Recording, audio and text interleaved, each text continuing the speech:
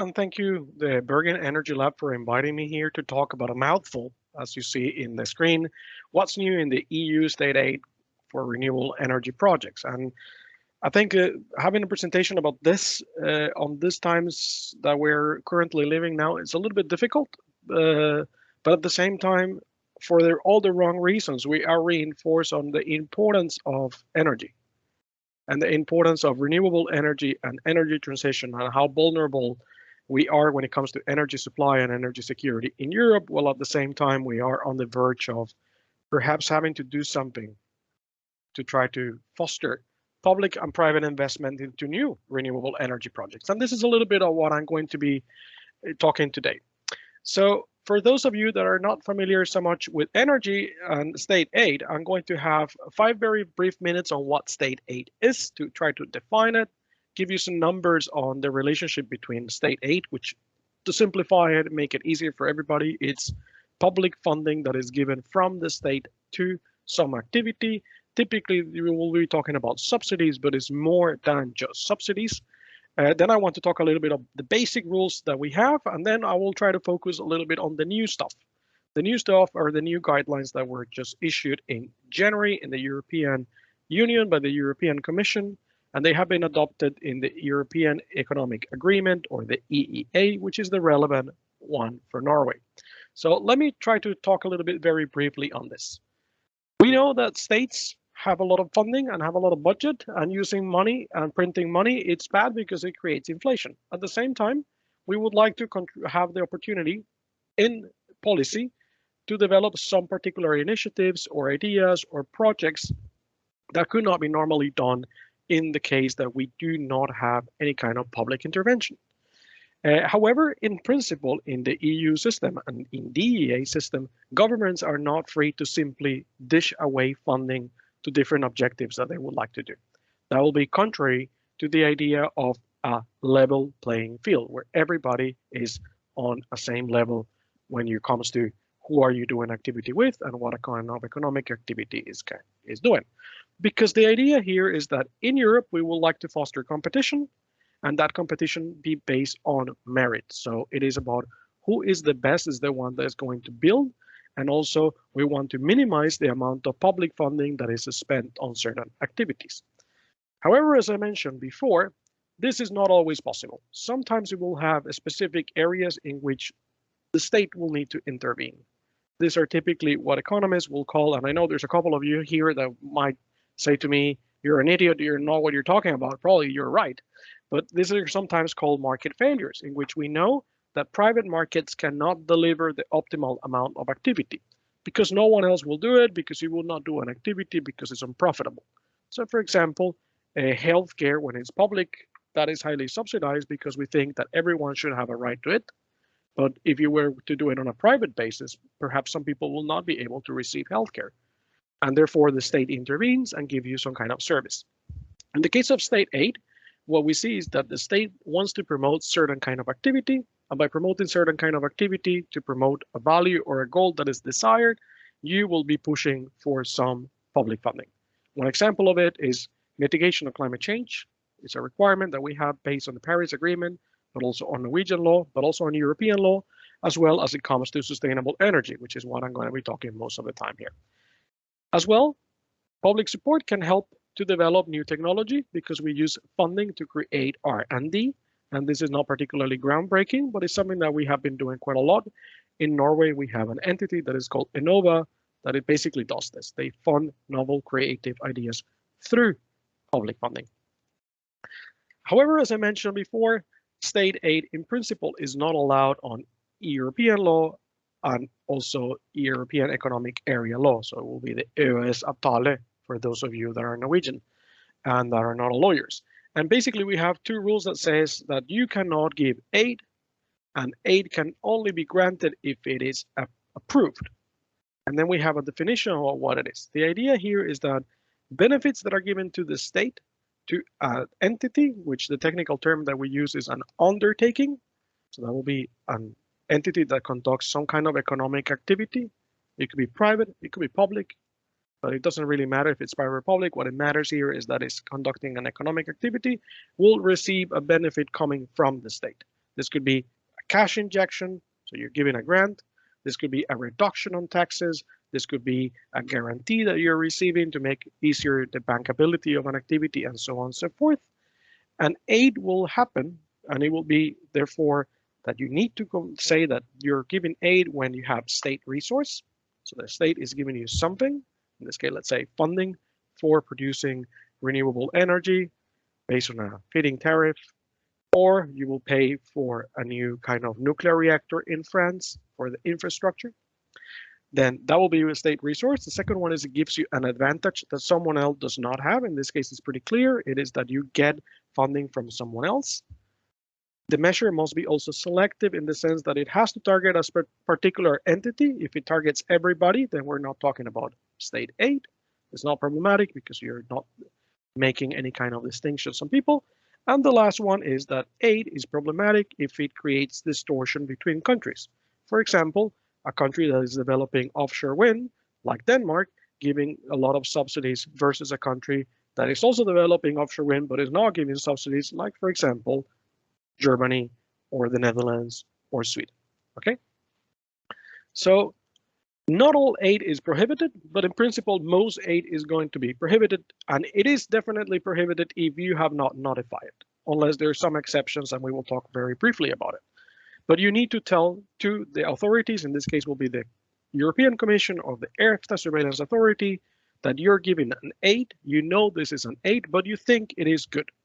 It is going because it's going to advance societal values that are desired and that they are lawfully accepted within the European law system. So in a nutshell, if you give aid and you do not notify, then the state needs to repay that aid back, and it will get also a sanction of it. So it's not a good situation for any of the parties. All right. So when it comes to energy, which is what you're most interested in, energy is a sector that receives a lot of aid. It receives a lot of aid. Most of the time, this aid is going to be connected to three objectives. And three objectives that are key for Europe. And as I mentioned already before, and these slides were prepared last week before the current situation that we have in Ukraine. But one of them is security of energy supply. And what I'm talking about here is that we know that Europe depends on about 40 to 45 to 50% of Russian gas. So if you want to develop security of supply and you want to develop technology and you want to develop infrastructure, maybe you will need to have a lot of injection of public capital in here. That is something that has been traditionally done. You not only will do that to try to secure security of supply, but you will build infrastructure, for example, pipelines. But you will also build, for instance here, wind farms or solar panels because you want to promote green energy and you want to give incentives to that, because one objective of the European Union and the economic area as well is to control and to fight climate change, which is a very important thing, and it's a developing that is happening. So within the area that we are in for Norway, aid, it is a massive amount of energy, is a massive amount of the aid that is given. These are the data from the EFTA Surveillance Authority for 2019. 45% of all the aid that is granted in Norway, Liechtenstein, or Iceland goes to energy and environmental protection. 45% of it. The rest goes to something else: research and development, regional cooperation, culture, other type of infrastructure, and other things. But again, it is massive, and in the EU, it's about the same. And we're talking about billions of euros every year injected into different markets. Here you see as well in Norway, this is only for Norway, you see that energy keeps growing and growing and growing and growing and growing. And we will see why later on. I will talk a little bit very briefly about, for example, the case of offshore wind with Hywind Tampen, but I'll talk also about carbon capture cases in which Norway is giving a massive boost of aid to promote this type of technology, but also to secure reduction of greenhouse gas emissions, which is an obligation that Norway has in national law and in international law as well. But the numbers, again, extremely high. These are particularly for Norway. You see how large they are. This is the average expenditure in millions. So we're talking about 2 billion euros. So that's 20 billion Norwegian kroner. It's quite a lot of money. And in 2020, the number is even higher because one project got more than 2 billion euros, one project alone, in the largest record by far, which is on carbon capture. Good. So you want to give aid, and there are different ways to give aid, and the system works in different ways, particularly for energy. One of them is the general block exemption regulation, which is a system in which says you have to notify, that is the main rule, but sometimes you will not need to notify if the aid is not very large. And this is an example for energy. In these cases, you don't even need to ask for permission to give the aid because it's understood that it's not going to be very distortive. However, the numbers of aid that you will give are relatively small. Well, relatively small, I don't think ever in my life I will see a paycheck for 10 million euros. And I don't think all my paychecks of all my life together will amount to 10 million euros. But if you're going to do energy efficiency projects that are below 10 million, then you don't have to notify. The same goes for operating aid for electricity production for renewable sources in small scale. So you can go up to 15 million euros, but if you're doing a bidding system, so you're doing an auction system, you don't need to notify, and you can go up to 150 million euros per year, which is quite a lot of money as well. So this is interesting for development of renewable energy, perhaps on a massive scale, but a moderate to larger scale, I would think. And the same for energy infrastructure, you have up to 50 million. So when you are in these numbers and you comply with other rules that are relatively easy to get in, you don't need to notify, you can give the aid. There's no control over it because it's not going to be distorted. And this is the general block exemption regulation. Sorry for the very ugly names. This is not me that puts them. And then this is going to be in place until December 2022, so this year, and it will be revised. Probably they will increase the size of the amount of aid that you can give without aid. But if you're not falling into this because you have a big project that is going to cost, let's say, 200 million euros, much larger project than before, then you need to do a compatibility assessment because the European Union wants to promote renewable energy and wants to promote protection of the environment and, very importantly, climate. Because of this, in January, the European Commission adopted what we call the Guidelines on State Aid. A guidelines is an instrument by the European Commission that tells you this is how you should do things if you don't want to get in trouble when given state aid. So it will not be forbidden, it will be allowed, and no one has to pay it back. The state has the power, if they follow these guidelines in principle, to support activity that is for protection of climate, environment, and energy. And we have adopted this into the EEA agreement, so relevant for Norway, in February 2022.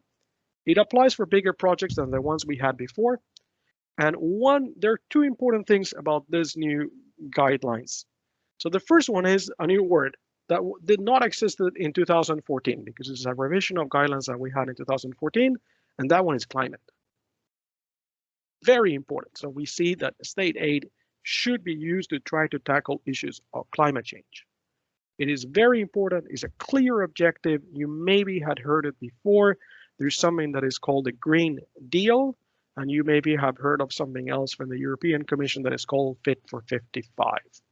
Climate change is a big worry for the European Union, but also for Norway. Norway has a lot of international obligations that it needs to comply with. This is a way to channel public funding to tackle climate issues. And another important aspect is that the guidelines want to have technology neutral rules. We don't want to pick winners and losers. We want the market to develop that. And I will talk briefly about that. And I'm aware that I have about maybe 7 minutes to go. So these guidelines, some of the new things that they have is that they have expanded the areas that they are going to be covering. So this means more certainty and perhaps more aid from the state to different aspects. One example is clean mobility infrastructure, very important for Norway. Think of electrical vehicles, but think beyond that. Think about hydrogen vehicles, think about trains, think about large structures to move things, boats, shipping, very important for Norway. We want to also push the idea of resource efficiency and biodiversity. These are completely new areas that were not included before, so they are important also to take into account. New renewable technologies are included, for example, hydrogen. So when we speak about hydrogen, we speak about colors of hydrogen. In this case, there is clear goals to try to push for renewable hydrogen. Very important for those of you that are working with, let's say, offshore wind plus hydrogen. So we produce hydrogen through offshore wind activity. Interesting. We are looking also at issues of electricity storage. Batteries is going to be pushed. And also the same when it comes to demand response and decarbonization of products as well. So this is some other aspects that were not included in the guidelines that are now included, making it easier for the state to give support into this. One important aspect, and I think this is going to be especially interesting for those of you that are looking at how to optimize and how to build up project, is that the guidelines say if you're going to give funding for activities, this is particularly for energy projects and for energy infrastructures, this number one rule is that who is going to get the aid is going to be determined based on an auction system. So you have to do a tender and you have to find out who will be the one that will be developing the project. Like, for example, just happened in Scotland or in the US, where people are fighting by tenders to try to develop offshore wind farms. This is a big discussion that we have currently in Norway now. We can take it on the break on the Q&A. But the default idea here is we want to do bidding. And if you do competitive bidding, which an example of it is contract for difference, maybe you have heard of that before, then you can get up to 100% of the cost of the project covered. Let me tell you that again, 100%, completely free. You build it for free. The government financed absolutely everything. Hywind Tampen was financed up to 50%. Hywind Tampen is an offshore wind farm that is floating in the outside of Norway. However, there are also interesting here points that they are aware that some areas states might want to push for a particular technology. And here, one of them could be floating offshore wind farms. Very important in Norway. We can talk again on the break.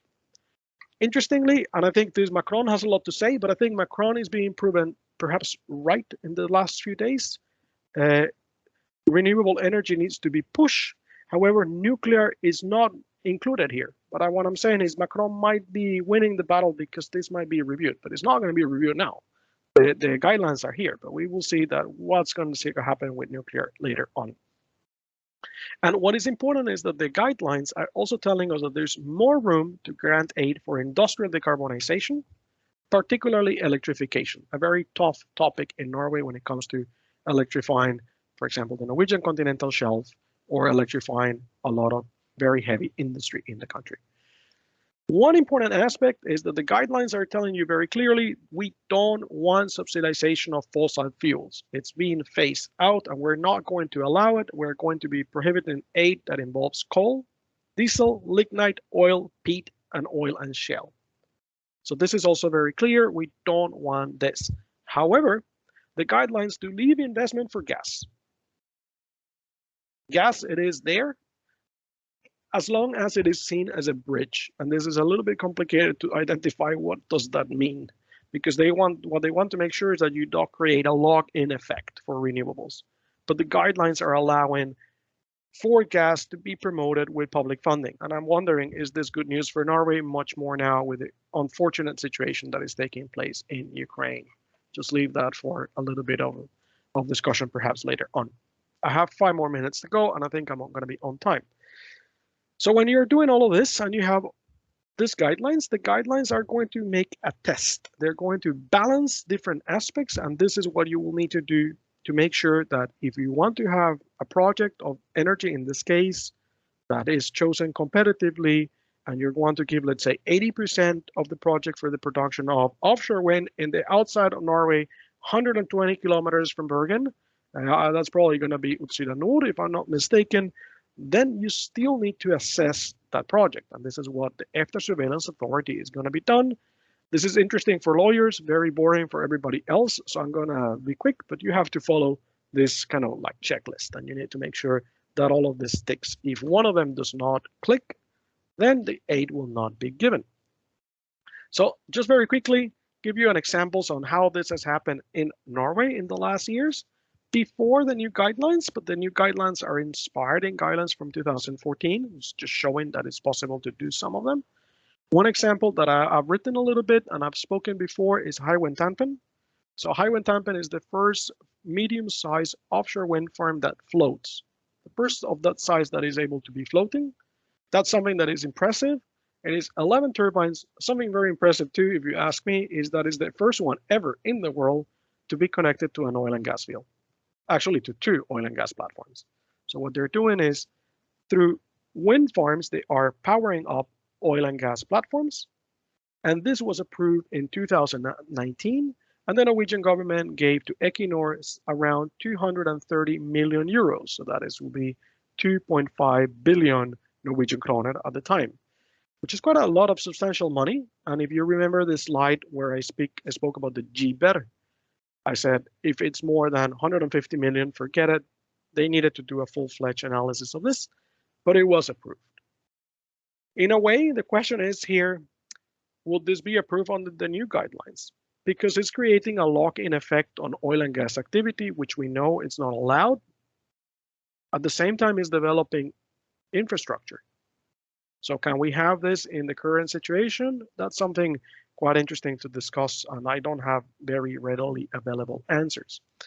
And this, as I mentioned, was funded by the Norwegian government in 2019 by Innova, and they covered about 50% of all the expenses by Equinor.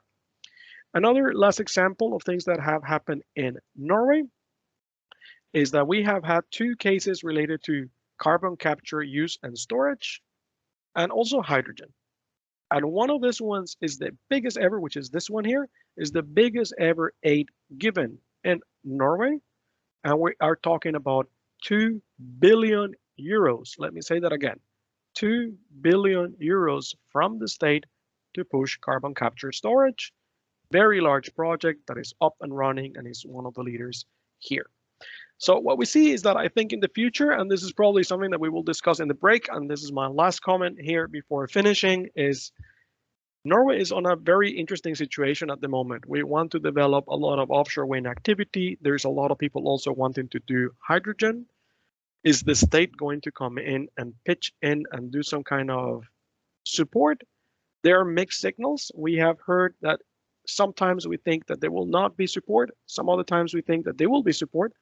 So for example, we speak about the government not wanting to give any kind of subsidy to non-floating wind farms because they think it's profitable enough. But at the same time, they don't want to allow any buildup of cables that will be able to transmit electricity outside of Norway.